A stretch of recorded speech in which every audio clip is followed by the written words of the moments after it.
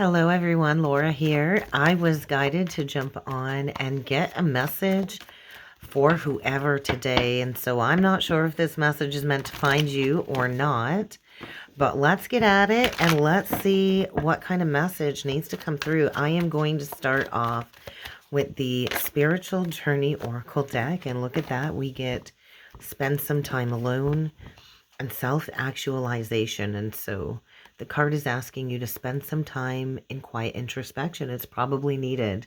They are showing me the Hermit card, so this could be connected to a Virgo. It doesn't have to be. We just had the true North Node enter into Pisces. The means North Node will shift on the 29th, and so we're in this portal of clearing energies. And so how can you take a step back and embody the South Node of Virgo energy and disconnect? Maybe it's time to take a break from social media. Maybe it's time to just disconnect and relax. The self-actualization card is telling me somebody is going through an aha moment, maybe receiving a divine epiphany. And so I feel somebody is really encouraged to tap into their core strengths, to understand maybe where somebody has been taking advantage of you. Oh, and the recovery, this is an indication of an unexpected tower. And so you could be going through this upheaval currently in your life. This upheaval could have already happened, but you are going to need to take a step back. You're going to need to spend some time alone. You're going to need to recover. You're going to need to take a break. You're going to need to take a step back to heal your heart, your mind, your body, and your soul. And so I do feel this self-actualization energy is connected to a healer. And so we are going into 2025. And this whole year, it is going to be about the North Node in Pisces, the South Node in Virgo, and these are the most healing energies of the zodiac. It is the axis of the healers. And so perhaps you are being encouraged to explore some healing work. Maybe you are being asked to explore energy healing work. Perhaps it's about writing your words into reality. Watch your thoughts. Watch your actions. Let's go a little bit deeper here with the tarot. Let's make some room here and let's see what the tarot has to say when it comes to this message today. What do you got for us, Spirit, for this message for whoever? I just feel somebody here has gone through an unexpected tower and they're going to need to recover. We had 4. Oh, we've got quite a few cards fell out here. So let's see what we got here. We get the Page of Wands to the Two of Wands. And so somebody here, I feel, is at the divine why. There is this major crossroads energy. And so as we transitioned through the Aries North Node, Libra South Node, we were all given an opportunity to repeat the cycles of the past relationships that we have gone through, or to take action towards a brand new cycle. Pages are new energy. So if you chose to go back and repeat a cycle with somebody, I think you're getting a major wake-up call. We get the Sun, we get the Hierophant, and we get the 10 of Swords. And so the worst has happened. This is definitely a need to recover. This is a huge indication of some type of upheaval, maybe feeling backstabbed, betrayed. I do feel the divine is bringing forward some type of truth. There is this reorientation of your path. And so we've got a new moon in Aquarius on the 29th, the same day that the means North Node shifts into Pisces. As well on the 29th, we do have the year of the snake being activated when it comes to the Chinese zodiac. And so I feel there's a completion here. There's a need to pick yourself up off of the floor if you've been brought to rock bottom. And I feel there's some type of illumination coming through probably mid-February connected to the sun, because that's ruled by Leo. And we will have a full moon in Leo 2 weeks after the new moon in Aquarius. So I think somebody is really being called to evaluate their options, right? The Two of Wands is saying, hey, you can't keep going against the grain here. There is another pathway here being presented. The Two of Wands is a card of power, right? And we are all given a chance to make better choices, to choose a path that is more aligned instead of staying in a cycle that really is kind of weighing us down. We usually all know what is best for us. And so somebody here knows that they want change. They want to create some change, but maybe they don't know which direction to go in because there appears to be two doorways that you can walk through. And so maybe this change is not yet clear or how you will even affect this change. But I think somebody knows they've got to go forward.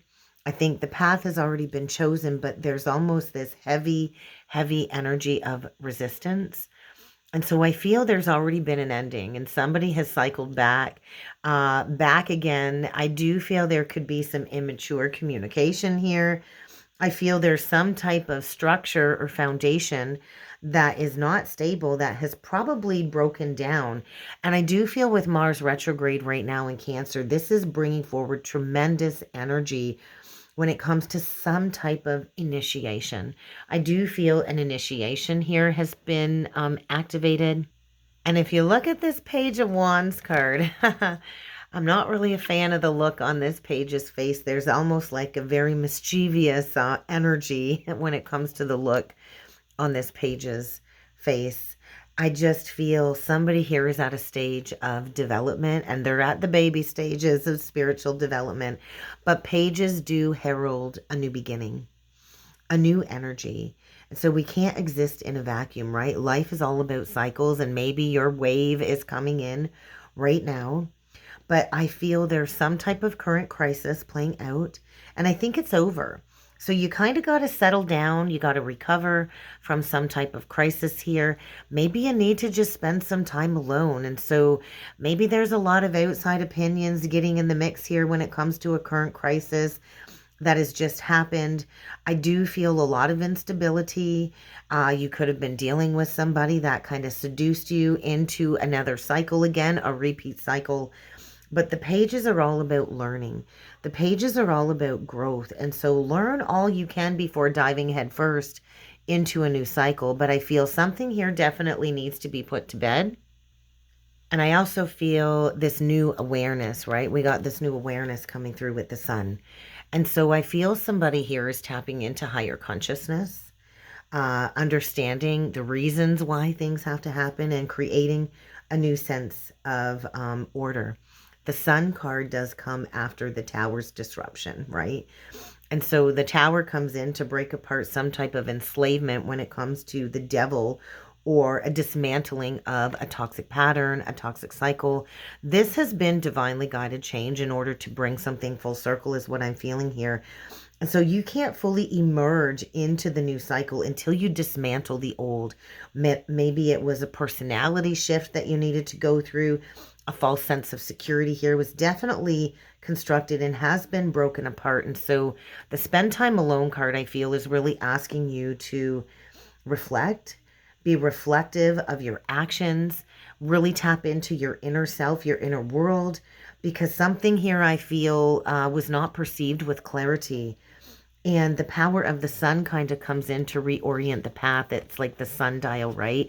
And so I feel there's like a reorientation when it comes to somebody's true karmic path. And the sun is giving you the energy to go towards healing, to go towards the light. Maybe after a very dark cycle has reached some type of completion here.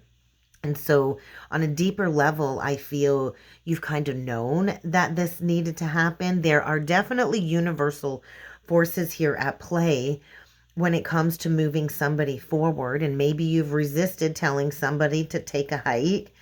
But I feel there's a heavenly protective energy surrounding you as you go through this self-integration and reestablish a sense of self-esteem. The Hierophant card or the Faith card is asking you to believe deeply in a higher power and to believe in this divine redirection, to find meaning in the struggles, because as above, so below. And so I think you're being called to see beyond the earthly plane, the material plane. Maybe you were in a cycle with somebody where ethics and morality were not at the top of the game here. Maybe this is bringing you a new religious philosophy. There could be a crisis of faith, absolutely, with this Ten of Swords beside the Faith card. And so maybe this is teaching you a valuable lesson about traditions. The Hierophant can represent traditions, but I feel it's time to bring a new conceptual idea to the forefront. Maybe it's time to discover the underpinnings of an unconscious cycle deeply rooted in a childhood pattern. Pages can represent children. But I feel there's this deep sense of a complex, challenging situation. And somebody here, I feel, maybe has been misled with some type of an illusion, maybe even just their own wishful thinking, right? And so something here has really stifled somebody's ability to move forward on their path. And I feel you can't avoid succumbing to this energy of an ending, right? The Ten of Swords is an ending. It's a very painful ending. Swords are about truth. Swords definitely cut. And so this could be a very cutting ending, reaching some type of completion. It's like the final nail in the coffin, the nail down is what I want to say. And so the Taurus energy, I feel, is also bringing forward a sense of practicality, right? And so you've got to have faith to deal with whatever this Ten of Swords is. You've got to remain faithful to the divine, and you've got to trust this redirection because it is leading you down the pathway of the healer. When you think of a wounded healer, oftentimes the healer will have 10 swords in their back, all while bringing forward their ability to heal others as well. So trust in the process, because there's deep pain, absolutely. There's deep anguish here, but there's also relief, right? There's also relief after this Tower moment.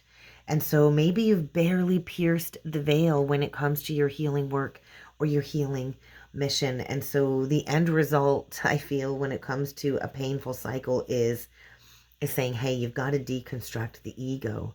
You've got to tap into this higher consciousness. You got to get out of that monkey mind as well, because before the 10 comes the 9, and somebody here has been spinning their wheels with this endless mental chatter, maybe even obsessively holding on to something that they want, even though it's not good for them. And so there's huge potential for change and growth, but something does need to come to an end. I feel Gemini energy coming through as well. And so how can you take a step back and really think about what it is that you're trying to cling to? Oh my goodness, look at that on the bottom of the deck, the world. The world is saying it's time to complete this cycle. We got some big energies playing out in 2025 connected to Saturn. Saturn is going to be dipping into Aries later this year, and then it's going to go retrograde back into Pisces. And so there's like a sweeping away of some karmic debris. The Fool here is saying you're not quite ready to take that leap of faith. You've got some baggage here that you need to leave behind, right? You've got some baggage here. Let's see if we can make some room for the world. What's below that? Temperance. And so there is a need to alchemize a lesson. Absolutely, without a doubt. When you get to the World card, you've kind of seen and done it all, right? And so all of our life experiences provide us with wisdom and knowledge. And so somebody here has gotten to the proverbial end of the road. It's time to come out of the rabbit hole energy. It's time to hold yourself in high regard, because the Fool within this World card is saying there is a brand new beginning here, but you have to complete a cycle here. And so somebody here, I feel, has gone in many cycles, in many circles within a relationship. And I think it's time to choose the higher path. It's time to choose the higher road. And I think it's time to recognize the difference between healthy reciprocal love and toxic soul ties. And so we are moving into a year where we are being called onto the enlightenment path. This is the year of I feel, the great awakening when it comes to grounding in these mystical healers. When you think of Virgo Pisces, this is the grounded mystic. The Virgo energy is the grounded mystic. And so there's some type of judgment that needs to be made. I do feel somebody here is facing all kinds of limitations. And we can be everything and nothing all at once, right? So you could be a fixed sign. You could be dealing with a fixed sign. But it's time to understand that you have the power within you to kind of release all of this past baggage, right? The Fool is saying there's a brand new beginning here.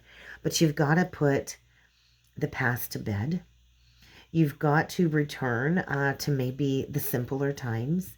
I do feel there's a lot of enlightened truth coming forward in the energy, and the Temperance card is asking you, oh, to create that balance. And so maybe this realization took place during the Mercury retrograde in Sagittarius. And now that Mercury is out of the post-shadow phase and grounded in the Capricorn energy, there could be some karma that is playing out that needs to be cleared. We see the beautiful Sagittarius energy on that card.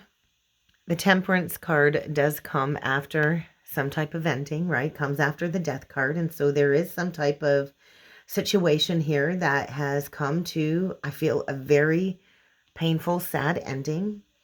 But the truth of the matter is you've got to find that balance. You've got to create that balance. You can no longer be passive on the journey. It's time to take action. It's time to create something new, whether it's a new relationship, something in your life, maybe it's art. Maybe you are being called to step into moderation. It's time to take the middle road between the extremes. And so I do feel somebody here has a very healing, angelic presence surrounding them. And now it's time to step into that embodiment of the healer and to provide that presence for others. And so somebody here has undergone a very symbolic death process. And now it's time to experience the grace of the divine. It's time to experience the gentle touch of your angels, your guides, your ancestors. I do feel if you were dealing with somebody controlling, manipulative, a very fiery, aggressive energy, I do feel it's time to tap into the reception of the feminine. I do feel somebody here was some type of trickster, and now it's time to create that balance in your life. And so the Six of Coins is also a card of balance, but the Temperance card, I think, is reminding you that we can't stay in a brooding state. Whatever this lesson is, it's probably broadening your horizons when it comes to your mind, your philosophies, your religious beliefs, maybe about commitment. And I know I'm a Taurus, and Taurus can cling to the bitter end, especially when it comes to marriage or a higher commitment. But we're not always meant to stay in places where we are not received. And so I think the angelic Temperance card is serving as a reminder that the angels will hold you as you heal your heart. If you are feeling deserted, if you are feeling cold and left out, everything will always come back full circle. And so embrace the comfort of the angels. Things will not always be this way. This too shall pass. There is a need to temper whatever lesson this is when it comes to a very extreme and painful heartbreak, and trust that this will work out in your favor. Everything always does have a funny way of working out. So I don't know whoever this message is for. I do hope it's helped you. Oh, we're going to get one last message from Spirit. They're asking me to get one last message. So what is the closing message here, Spirit, for whoever this message is for? What is the closing message? Okay. External forces are influencing you. So pay attention to what fulfills you, because happiness does not require permission. And so go towards your happiness. Trust that it's time to choose somebody who actually loves and supports you. If you've been dealing with somebody who belittles you, makes you feel small, keeps you in a state of confusion, let that person go and process these deep emotions, because that is the first step to healing them. Recognize as well that you do need to create a healthy space between you and somebody who is not healthy. So how do you really see yourself in this situation? Ask yourself that. Gain that self-awareness, gain that new perspective, and know when to walk away.